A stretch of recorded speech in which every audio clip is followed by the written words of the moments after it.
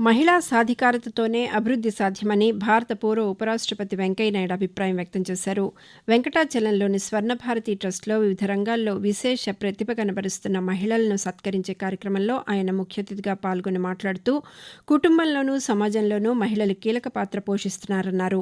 ప్రపంచ బ్యాంక్ నివేదిక ప్రకారం స్వాతంత్ర్యం వచ్చే నాటికి 9% ఉన్న మహిళా సాధికారత ఇప్పుడు 77% చేరిందని పేర్కొన్నారు. ఇది 100% చేరుకోవాలని ఆకాంక్షించారు. రాజకీయ రంగంలో కూడా మహిళలకు అవకాశాలు కల్పించేందుకు చట్టసభల్లో 33% రిజర్వేషన్ తీసుకువచ్చే ప్రక్రియ కొనసాగుతోందన్నారు. అన్ని రంగాల్లోనూ రాణిస్తున్న మహిళలకు మరిన్ని అవకాశాలు కల్పించాలని సూచించారు.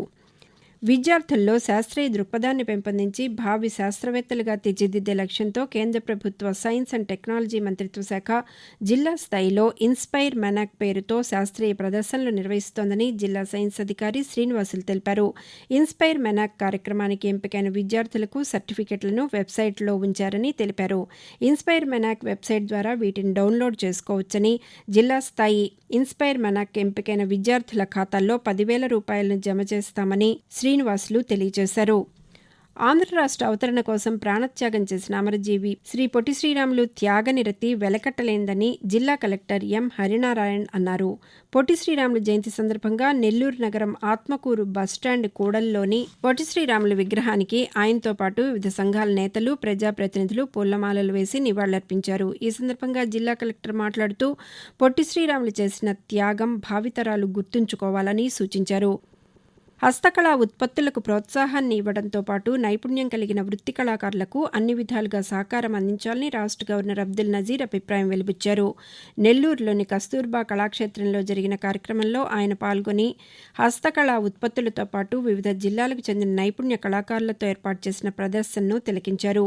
వివిధ పథకాల కింద ఎంపికైన లబ్ధిదారులకు గవర్నర్ ధ్రువపత్రాలు అందించారు. జిల్లాలో సార్వత్రిక ఎన్నికలను ప్రశాంతంగా నిర్వహించేందుకు వివిధ శాఖల అధికారులతో రిటర్నింగ్ అధికారులు సమన్వయంతో వ్యవహరించాలని జిల్లా కలెక్టర్ ఎం హరినారాయణన్ ఆదేశించారు. కలెక్టరేట్లో వివిధ నియోజకవర్గాల రిటర్నింగ్ అధికారులు, పోలీసు అధికారులతో ఆయన సమీక్షా సమావేశాన్ని నిర్వహించారు. ఎన్నికల నిర్వహణలో నిష్పక్షపాతంగా వ్యవహరించాలని సూచించారు. కేంద్ర ఎన్నికల సంఘం మార్గదర్శకాలు, నిబంధనలను పాటించాలని, ఎలాంటి ఫిర్యాదులు రాకుండా చూసుకోవాలని సూచించారు. నామినేషన్ కేంద్రాల్లోకి అభ్యర్థితో పాటు 4 మాత్రమే అనుమతించాలని, దీనికి సంబంధించి అవసరమైన ఏర్పాట్లు చేయాలని జిల్లా కలెక్టర్ ఆదేశించారు. సాయుధ దళాల పతాక దినోత్సవానికి విరివిగా విరాళాలు ఇవ్వాలని జిల్లా సైనిక సంక్షేమాధికారి పిఎస్ రమేష్ బాబు ప్రజలకు సూచించారు. విరాళాలు అందించిన వారికి ఆదాయపు పన్ను శాఖ నుంచి రాయితీ ఉంటుందని తెలిపారు.